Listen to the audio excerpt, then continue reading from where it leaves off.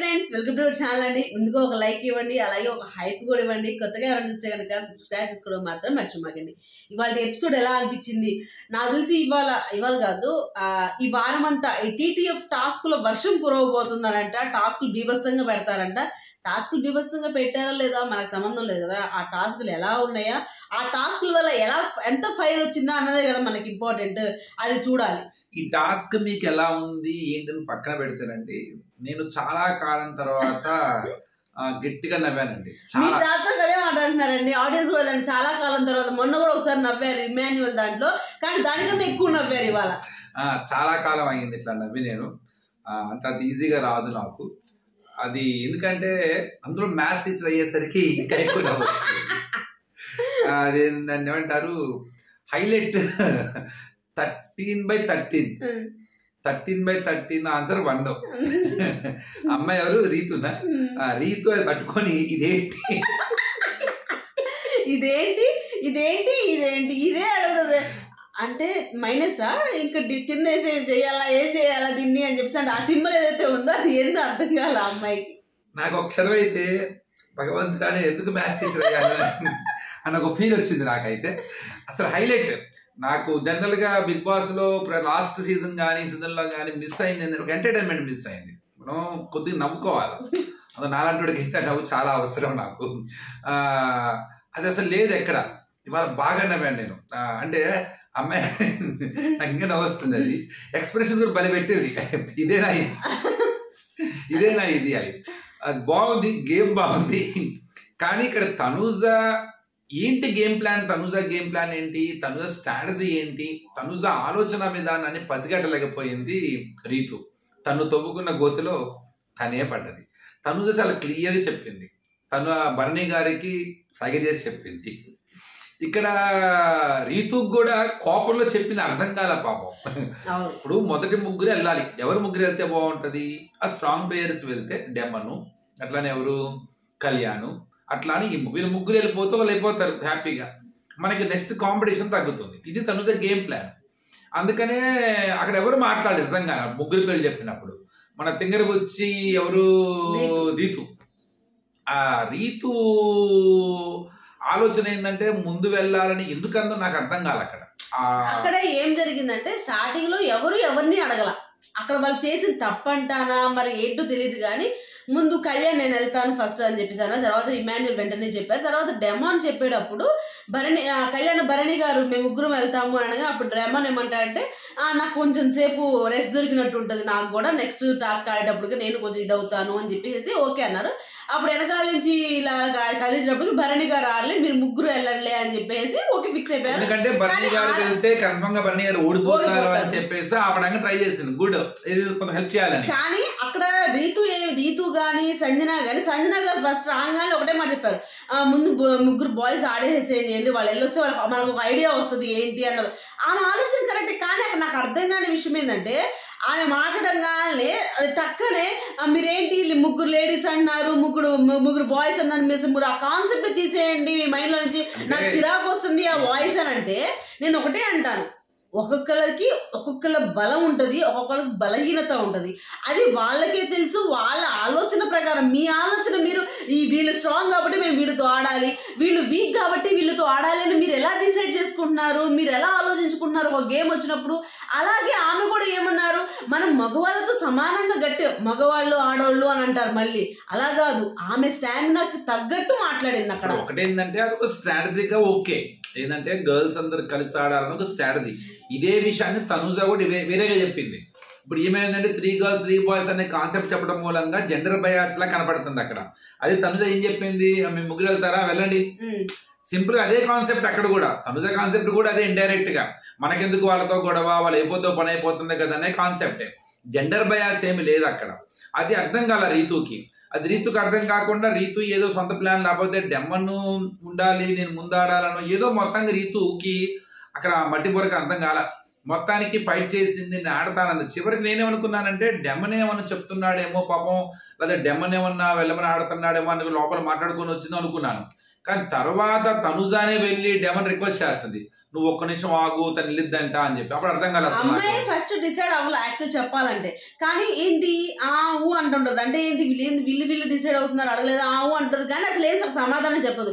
Big boss అడిగే time ఉంది కదా అని చెప్పేసి అటు బయటికి లోపలికి వచ్చి ఆలోచించుకొని నేను కంపల్సరీగా వెళ్ళాలనుకుంటున్నారు, నేను వెళ్తాను. రీతులో ఉన్న కాన్ఫిడెన్స్ ఏంటంటే ఫిజికల్ టాస్క్ అయితే నేను ఆడగలుగుతాను అన్న కాన్ఫిడెన్స్ తోనే అమ్మాయి వచ్చి అలా ఓడిపోయినా సరే వాళ్ళతో కానీ బిగ్ బాస్ పాపం మంచి చుక్కలు చూపించాడు. సెకండ్ టేబుల్ చెప్పంటే పాపం నాకు తెలిసినంత వరకు సెకండ్ టేబుల్ చెప్పడానికి అంత బాగా కష్టపడ్డ వ్యక్తి నేనే చూశాను ఆ అమ్మాయిని.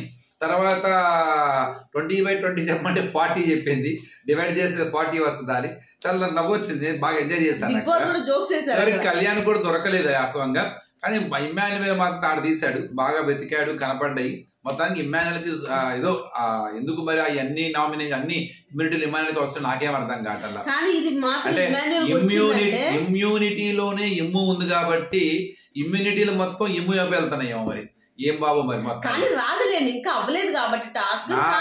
నాకైతే ఫినాలి టికెట్ కూడా డౌటే, టికెట్ కూడా ఇమ్ముకే ఏమో చెప్పలేదు. కానీ వచ్చిందంటే ఆ అబ్బాయి ఏదైతే రేస్ లో ఉన్నాడో దాని నుంచి వెనక్కి వచ్చేసి కాదులే మంచిగా ఉంటాడు, కానీ రాకుండా వేరే వాళ్ళకి, అంటే వేరే వాళ్ళకి వచ్చిన ఇబ్బంది వాళ్ళకి. సరే చూద్దాం. ఇక తర్వాత అసలైన కథ మొదలయ్యింది. రెండవ ఆట తనూజ అలానే సారీ అది కూడా మాట్లాడుకుందామండి చిన్నగా, చూస్తూ ఉండండి. అంటే ముందు మనం సంజన గారిది ఇమ్ము సెలెక్ట్ చేయడం, ఇమ్ము పాయింట్ ఆఫ్ వ్యూలో ఏంటంటే ఇమాన్యుయల్ పాయింట్ ఆఫ్ వ్యూలో ఏంటంటే నీకు అవకాశం వస్తే నీకు 2 బ్లాక్స్ వస్తాయి కదా అని.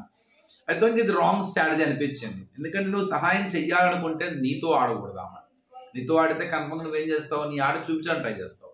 నువ్వు నిజంగా సహాయం చేయాలనుకుంటే నీ ఆటలో నువ్వు ఓడిపోవాలి. అది నీకు ఎంతవరకు కరెక్ట్ కాదు కదా. ఇప్పుడు టికెట్ ఫినాలే సాక్రిఫైస్లు ఉండవు కదా, నీ వంతు ప్రయత్నిస్తావు కదా.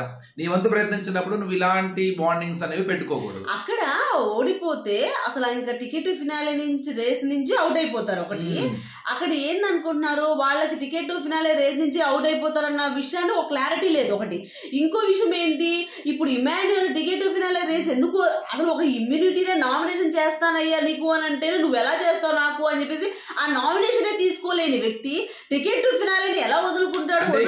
నేనేమి సహాయం చేయమని చెప్పట్లేదు, అట్లా అని హెల్ప్ చేయమని చెప్పట్లేదు. ఆయన చెయ్యాల్సింది ఏంటంటే సంజనాకి అవకాశం ఇవ్వకుండా ఉండాల్సింది. సంజన కూడా చాలా సార్లు అడిగింది, నన్ను వద్దురా, నన్ను తీసుకో, మాకు నీ మీద నేను గెలవలేను, నన్ను ఎంతసేపు వద్దు, నీ మీద నువ్వు స్ట్రాంగ్, నా వల్ల కాదు, నేను ఆడలేను, అరే ప్లీజ్ రా, ఎంతసేపు ఇదైద్దో.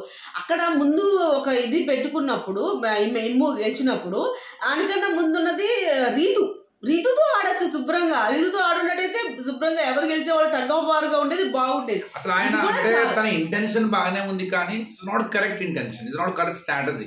ఎందుకంటే మొదటి అవకాశము కన్ఫర్మ్ గా అమ్మాయి ఓడిపోతాననేసి ఎక్కువ అవకాశాలు ఉంటాయి, అంతే కంప్లీట్ రేస్ నుంచి బయటకు వెళ్ళిపోద్ది.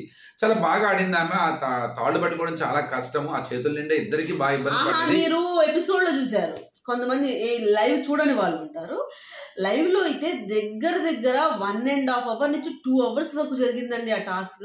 అంతసేపు ఆ తాడు పట్టుకోవడం, వాళ్ళు ఏం చేద్దాం, సంజన గారు అంటే సరే కానీ ఇమాన్యుయల్ కూడా ఇలా చెయ్యి కూడా ఇలా ముడవలేకపోతాడని, పట్టుకోలేకపోతాడు అనమాట.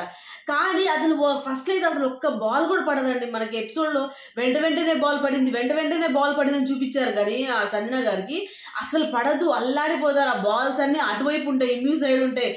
ఇమాన్యుయల్ కూడా ఒక్క నిమిషం కూడా అలా కూడా 2 సార్లు ఏమో ఫ్రీగా వదిలాడేమో, కానీ మిగతా ఏ టైంలో కూడా వదల. ఆ అబ్బాయి కూడా అంతే స్ట్రాంగ్ గా ఆడాడు, ఎంతే ఇదిగా ఆడాడు. ఓడిపోవాలి, ఆ అమ్మాయికి ఏదో సహాయం చేయాలి అనే ఉద్దేశం కాదు. ఆ అమ్మాయిని తీసుకున్నప్పుడు అప్పుడు ఆమె ఎంత బాధపడింది, ఎప్పుడు చూసినా నేనే ఫస్ట్ వచ్చేస్తున్నాను ఆటలో నుంచి, ఎప్పుడు చూసినా నేనే బయటకు వచ్చేసాను. నిజమే ఆ మాట. అంటే ఇక్కడ ఏదో ఒక అవకాశం ఇస్తారనుకున్నాను, పూర్తిగా బయటకు రావటానికి వదిలేదు బిగ్ బాస్. కానీ ఇంత అవకాశం లేదు, చాలా తక్కువ అవకాశాలు ఉన్నాయి. కానీ ఇవ్వకుండా ఉండాల్సింది, అని ఉంచాల్సింది కొద్దిగా బాగుండేది అనిపించింది. ఇక నెక్స్ట్ టాస్క్ వచ్చేసరికి ఏమో ఎవరిని సెలెక్ట్ చేసుకుని ముగ్గురు ఆడతారంటే ఇక డెమను, భరణి, తనుజ గారు. అది ఫ్లవర్స్ పెట్టాలి టాస్క్ అనమాట. ఇంతకుముందు సీజన్ లో కూడా చాలా ఉంది. కన్ఫర్మ్ డెమను కన్ఫర్మ్ గా నో డౌట్ 100% పెడతాడు. అది ఫిజికల్ అయ్యే టాస్కే అది, ఎందుకంటే లింక్ పెట్టేశాడు అక్కడ, వేరే వాళ్ళే ఉండకూడదు, మీరు అవి కూడా చూసుకోవాలని చెప్పేశాడు. డెమన్ ఆల్రెడీగా మాట ఇచ్చేసాడు కదా, ఏమని చెప్పేసి ఈసారి వచ్చేది నాకే అది అని చెప్పేసి, ఈ టికెట్ ఫినాలే నాదే అన్నట్టు గట్టిగా అని చెప్పాడు. సో గట్టిగా అన్నాడు ఇద్దరిని. ఆఫ్ కోర్స్ భరణి గారు తనుజ గారు ఇండివిజువల్ గా ఆడారా లేకపోతే కలిసి ఆడారా అంటే కొంత కన్సర్న్ ఉంటది. కానీ ఎవరి ఆట వాళ్ళు ఆడారా వాస్తవం చెప్పాలంటే.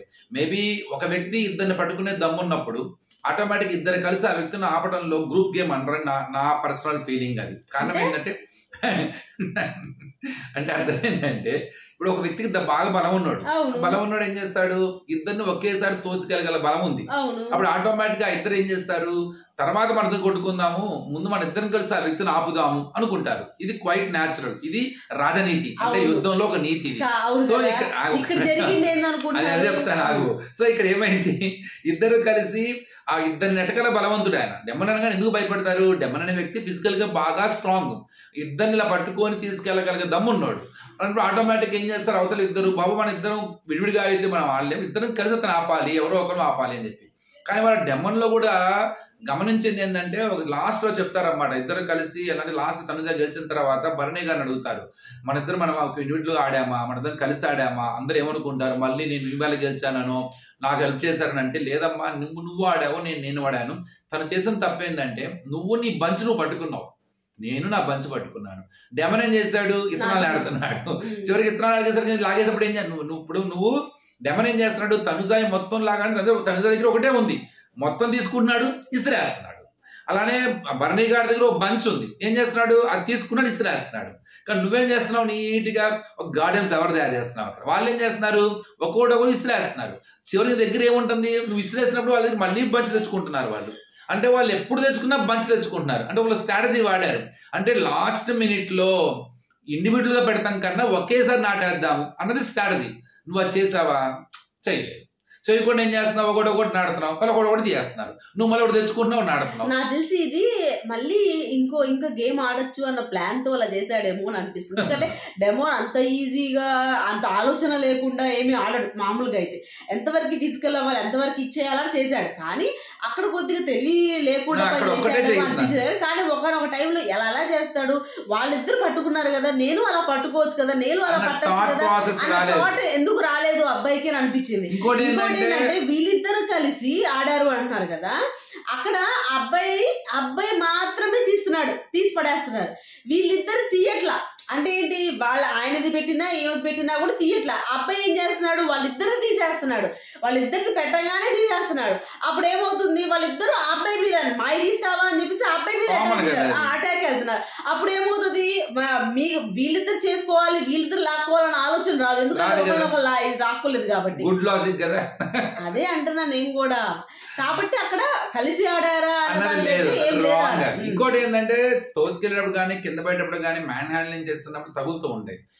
తనుజాలో గుర్తుపెట్టుకోవాల్సింది ఇదే, ఇంతకు ముందు కూడా ఇదే జరిగింది. తన మీద ఆల్రెడీ ఎలిగేషన్ అనేది మనకి రితు దగ్గర నుంచి వచ్చింది. తర్వాత నువ్వు కూడా ఒకనొక సందర్భంలో ఆ అబ్బాయి మీద వచ్చిన ఎలిగేషన్ చేసావు, ఏమనంటే ఇలా పెట్టి పట్టుకున్నాడని. మళ్ళీ ఇప్పుడు అదే విధంగా నీకు ఫోర్స్ నిజంగా చాలా ఫోర్స్ తగిలింది, అమ్మాయిని పడేశాడు, తోసేశాడు, అసలు కింద పడేశాడు, లాక్కున్నారు, అంతా ఓకే ఒప్పుకుంటాం.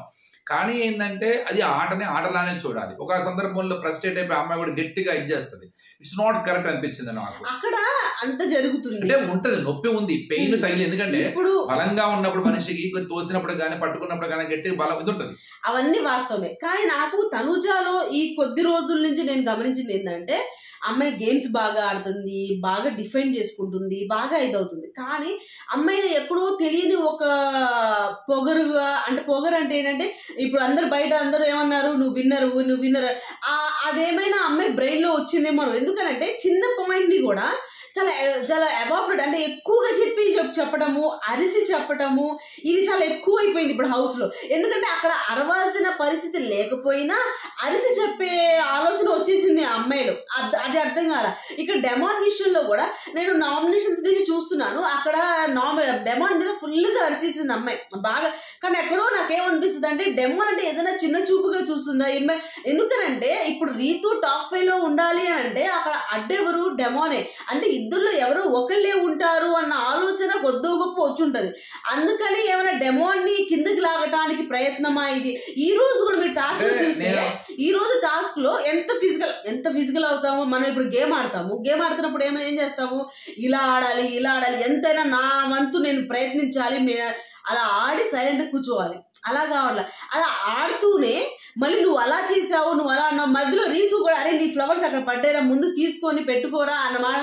రా రీతు నువ్వు కూడా వచ్చి అంటే వెంటనే ఫ్రస్ట్రేట్ అయిపోతుంది అమ్మాయి. ఏంటంటే వీళ్ళకి అంటే ఆ మనస్తత్వం ఉన్న వాళ్ళు ఎలా రియాక్ట్ అవుతారంటే, హ్యాపీ వచ్చింది అనుకోండి ఆ హ్యాపీని చాలా నీటి జెన్యున్ చూపించేస్తారు. కోపం వచ్చింది అనుకోండి కోపాన్ని కూడా న్యాచురల్గా చూపించేస్తారు. ఎమోషన్ వచ్చింది అనుకోండి సేమ్ ఆ ఎమోషన్ కూడా చూపించేస్తారు. అట్లనే ఫ్రస్ట్రేట్ అయింది అనుకోండి ఆ ఫ్రస్ట్రేషన్ అంటే ఆట గెలవాలనే ఒక చిన్న తాపత్రయము, లేకపోతే నన్ను ఏదన్నా వీళ్ళు చేస్తున్నారేమో, వీళ్ళు నన్ను ఏమన్నా కార్నర్ చేస్తున్నారేమో, నన్ను ఇబ్బంది పెడతారేమో అన్న ఒక చిన్న ఫియరు.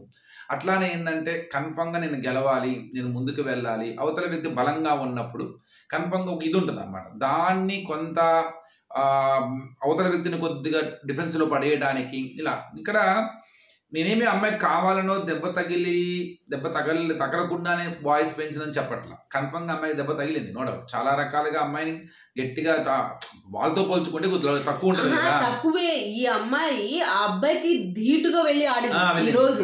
అలా ఆడినప్పుడు ఈ వాయిస్ కనుక రేస్ అవ్వకుండా ఉండేది కదా, అది కొంచెం బాగుండేది. మనకి పవన్ కళ్యాణ్ ఉంటుందండి, అది ఎవర్ గ్రీన్ కోట్. అది ఎక్కడ నెగ్గాలో కాదు ఎక్కడ తగ్గాలి. ఆట ఆడేటప్పుడు మాట బయటకు రాకూడదు, ఎప్పుడైనా గుర్తుపెట్టుకోవాలి. మాట మాట్లాడేటప్పుడు ఇంకే పని చేయకూడదు, అప్పుడు ఆ మాట కరెక్ట్ గా అదుపులో వస్తుంది.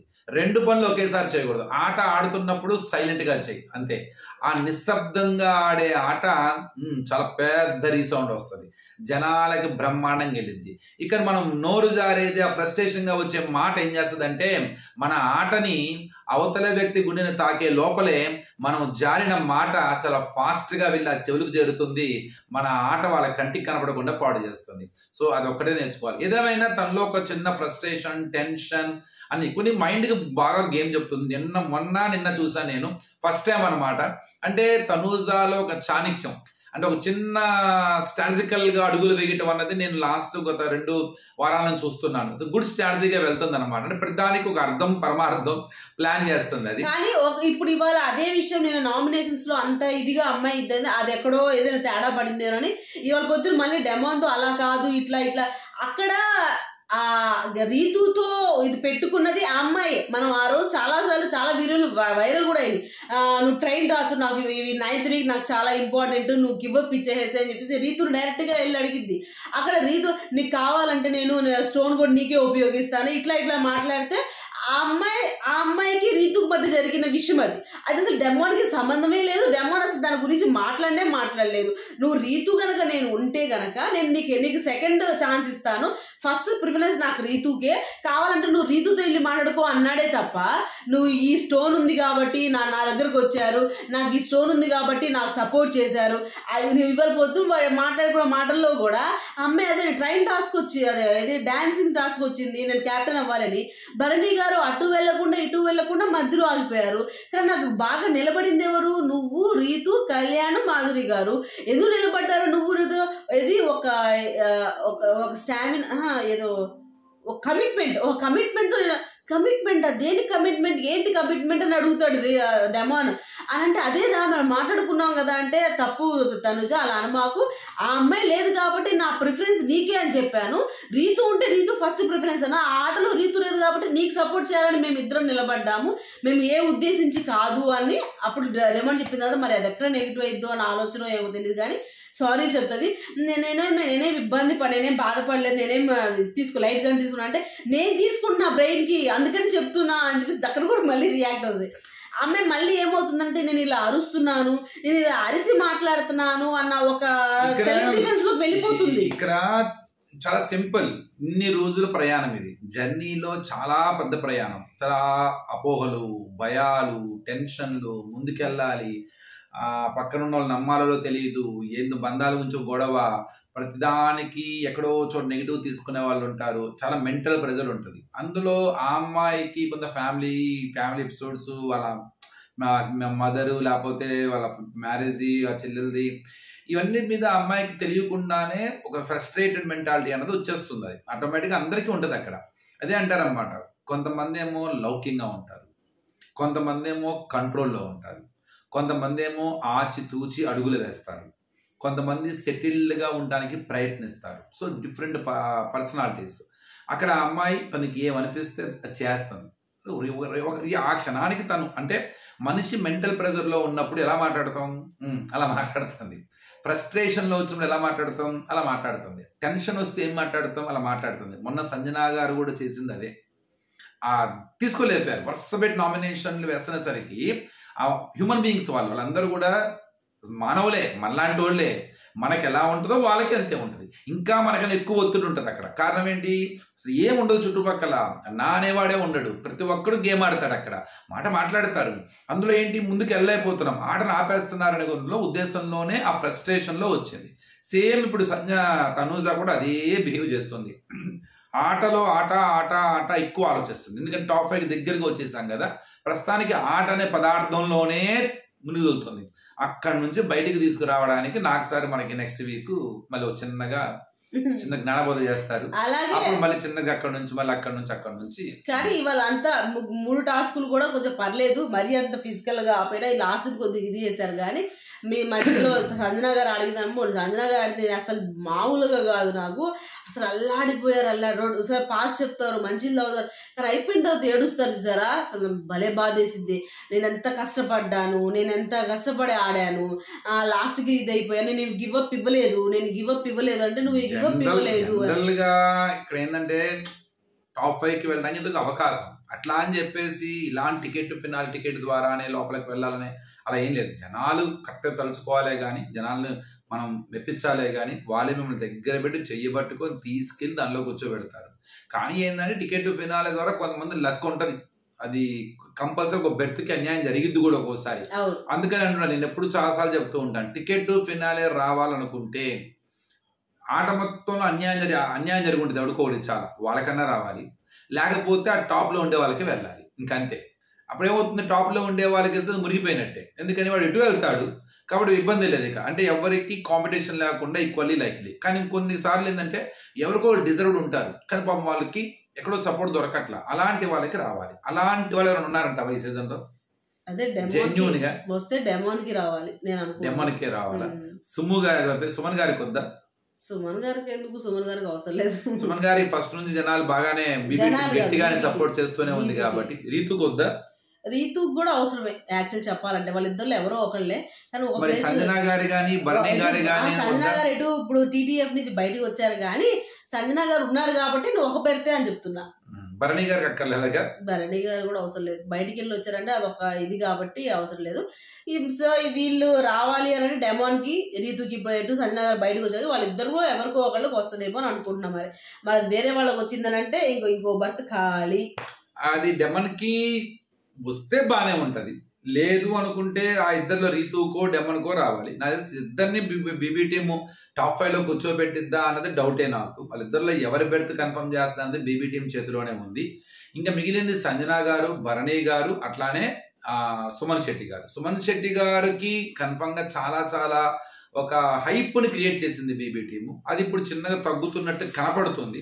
కారణం ఏంటంటే సంజనా గారి మీద ఇన్స్టెంట్ చాలా సపోర్ట్ దొరికింది, భరణి గారి మీద పాజిటివ్ ఉంది. కానీ ఈ పాజిటివ్ వాళ్ళని తీసుకెళ్లి టాప్ 5లో కూర్చోబెట్టేంత ఉందా లేదా అన్నది డౌట్. అలానే వాళ్ళతో పోల్చుకుంటే సుమన్ శెట్టి గారి పరిస్థితి ఎలా ఉన్నది అది కూడా మనం చూసుకోవాలి. సో ఏదైనా లోపల ఉన్న టాప్ 4కి టాప్ 5కి ప్రస్తుతానికి సుమన్ గారి బర్త్ని ఎప్పుడు చెప్తుంటాను కన్ఫర్మ్ అవ్వాలి అయిందని. ఒకవేళ అవ్వకపోతే మాత్రం రీతు అట్లానే ఇటు పక్క డెమన్ గట్టిగా పోటీ పడుతున్నారు. ఇంకా ఆడియన్స్ ఎలా పర్సెప్షన్ ఉంటుందో చూడాలి. అంటే మీరేమనుకుంటున్నారో చెప్పండి. టాప్ 4 టాప్ 5 చెప్పండి, ఎవరు కరెక్ట్గా డిజర్వ్డో చెప్పండి. అలాగే లైవ్ లో టాస్క్ కూడా ఇంకో టాస్క్ కూడా జరుగుతుంది. తనుజ వర్సెస్ ఎవరు, సుమన్. తనుజ ఎంచుకుంటారు సుమన్తో ఆడాలని. ఆ టాస్క్ ప్రెసెంట్ లైవ్ లో జరుగుతుంది. దాని అప్డేట్స్ ఏమైనా ఉంటే కనుక కన్ఫర్మ్ గా ఇన్ఫార్మ్ చేస్తాం. ఈ వీడియో కనుక మీకు నచ్చితే ప్లీజ్ లైక్ చేయండి, షేర్ చేయండి, సబ్స్క్రైబ్ చేసుకోవడం మాత్రం మర్చిపోకండి.